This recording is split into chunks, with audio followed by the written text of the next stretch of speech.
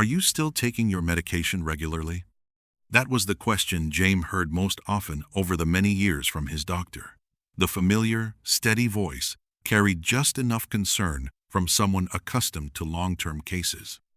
Jame always nodded, even though sometimes he himself couldn't clearly remember when he'd last taken it or when he'd started forgetting. For years, he hadn't had a single full night's sleep. Jame's nights often ended very late and began very early. When he closed his eyes, his consciousness didn't fully sink into sleep, but hovered somewhere between wakefulness and daze, where fragmented images kept intruding, dim yellow lights, a faint burnt smell, footsteps echoing in a house unnaturally quiet. Some mornings, upon waking, Jame wasn't sure if he'd just emerged from sleep or merely paused a dream that had dragged on all night. The doctor said it was the result of chronic stress. Jame didn't argue. He'd grown used to letting others name his condition. Insomnia, anxiety disorder, mild depression, these words slid past his ears harmlessly, like labels stuck on a box no one really wanted to open. During the day, Jame was a neatly groomed sales manager. He always changed his shirt before heading home. His car trunk always held a can of deodorant spray. He did everything carefully, precisely, as if a single small misstep could lead to irreparable consequences. People around him thought he was obsessed with cleanliness. Only Jame knew it wasn't a habit, but a compulsion every time he came home. Anna, his wife, was his first love, lasting 9 years from school days to the day they walked hand in hand into marriage. Those 9 years were long enough for people to believe they fully understood each other, long enough to trust there were no more secrets or doubts. Jame once thought that after all that time, he and Anna shared near absolute trust. But everything began to change after Anna gave birth. At first, it was just scattered complaints. Anna said she smelled strange scents on him. Sometimes perfume that wasn't his, sometimes a burnt smell like something half-scorched, other times a damp, faintly rotten odor from who knows where. Jame just laughed it off back then, thinking Anna was overly sensitive, that postpartum she'd become excessively anxious, that the smells were just her imagination. He didn't take it seriously. The complaints gradually turned into demands. Anna started scrutinizing every shirt he wore home, every scent clinging to the collar, the cuffs, even his hair. Some days, she made him stand outside the door for a long time, just to ask over and over, where had he been today? James started changing his shirt before coming home, then his shoes, then showering again. His car always had deodorant spray, then wet wipes, then spare clothes.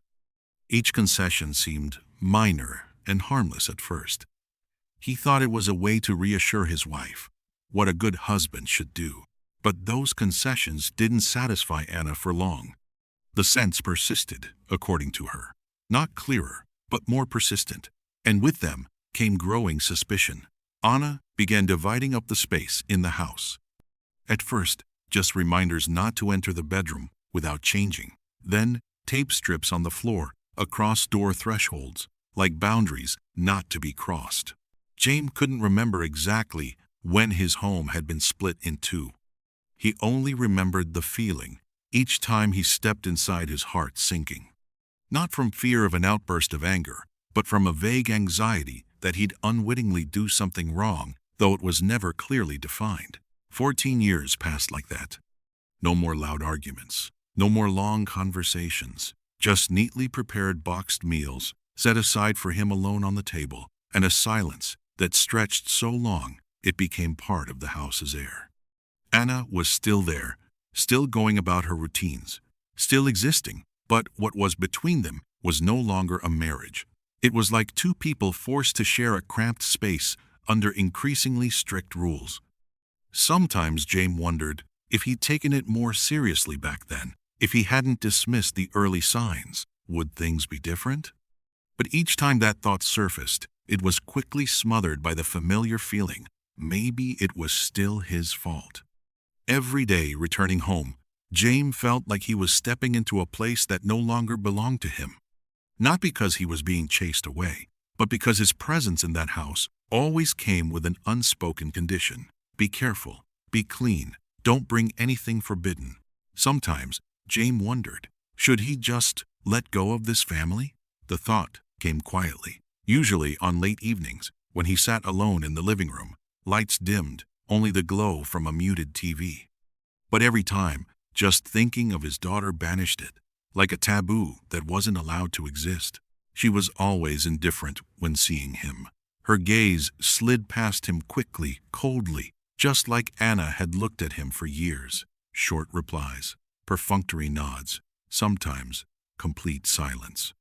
She never asked how his day was, never noticed if he was tired. It seemed his helplessness and pain had no place in her world.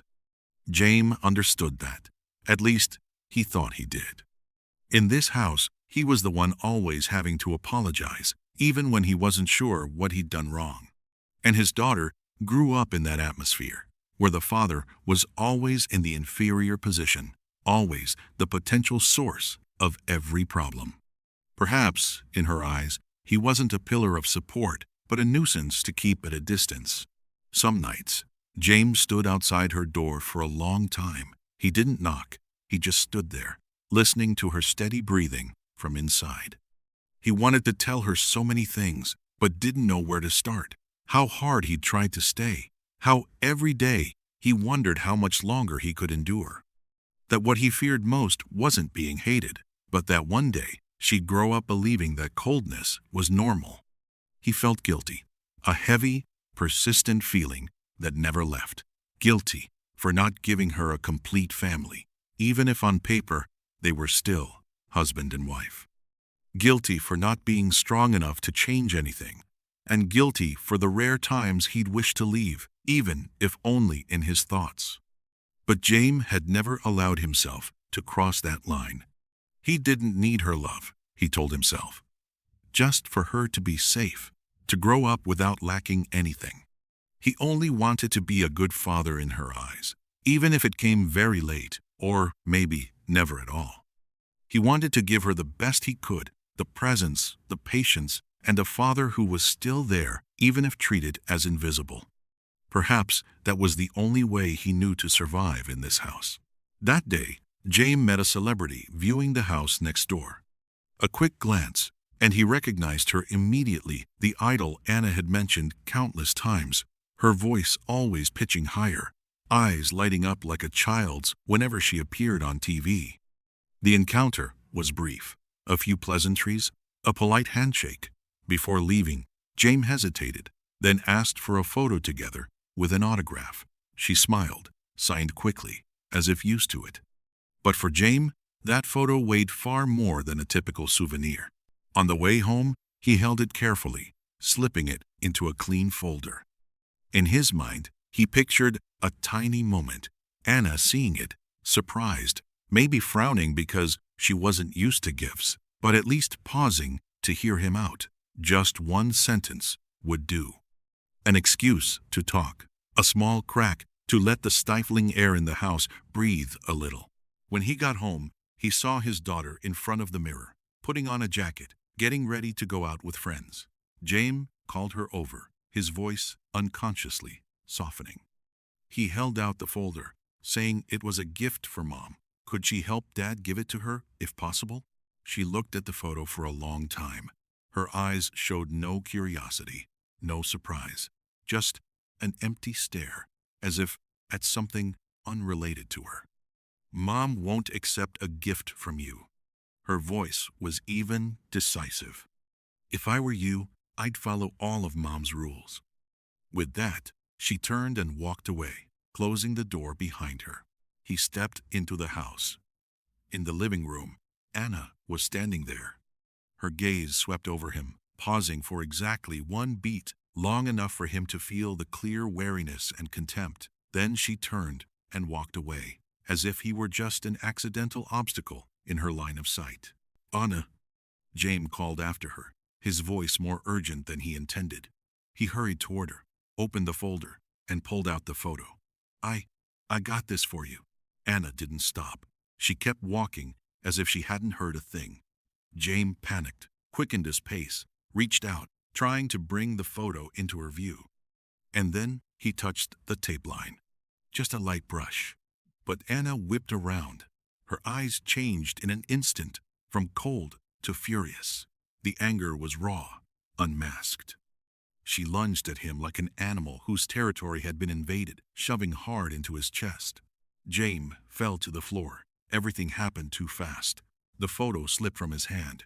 Anna bent down, snatched it, and tore it viciously, once, then again. The sound of ripping paper echoed sharply in the suffocating silence. The fragments scattered across the floor around Jame. He stared at them, but didn't move. Not because of pain, but because in that moment he understood something crystal clear. From the very beginning, he hadn't been allowed to cross this boundary.